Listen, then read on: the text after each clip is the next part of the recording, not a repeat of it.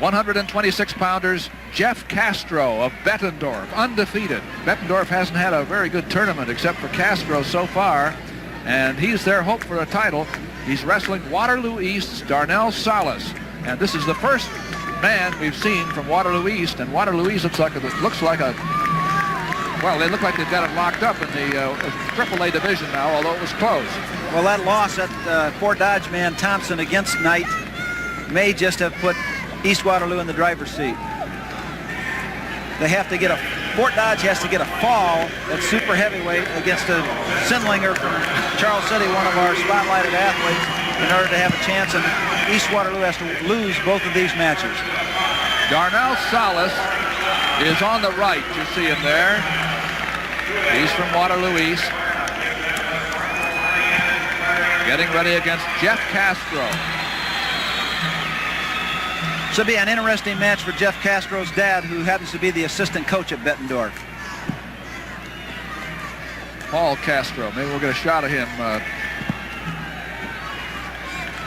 shivering here in a little while. I'm sure he's got cold hands right now, Doug. This is nervous for the coaches and the athletes.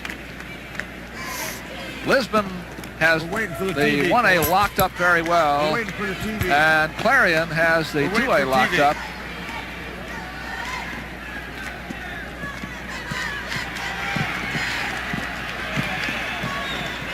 And in 3A, it appears that Waterloo East probably does too, as we just heard, because of that loss of Thompson to Steve Knight in the lower weight class. 126 pounds. There you see in the sweater, that's Paul Castro. We're all ready. We're okay. All set to go. Yeah. With the big schools, AAA's here. Little delay, and we're set to go. That's Steve Knipp. Who's the coach at East Waterloo. The match in 1A that we'll be watching out of the corner of eye here too is Tim Mann, Sergeant Bluffs against Scott Noble of Morning Sun. And the AA match will be between Jeff Arnold of State Center West Marshall and Marty Anderson of Clarion. We have no score. Chuck Patton. Darnell Sallis tends to let somebody come to him and then counter like that. Boom. Right to the back. Yeah, he'll let you come in and then he'll counter you by attacking you with the upper body. This is at least a 5-point move, and it may be a fall if... well, I think Castro's out of there, but boy, that's a tough way to start. That is. Now he's down by 4. It's because he's gained the escape. It's going to be a matter of now if he can keep enough pressure in order to keep this thing on. Here he goes right back to him.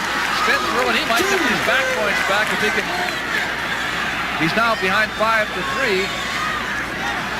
Oh, and again. Donnybrook.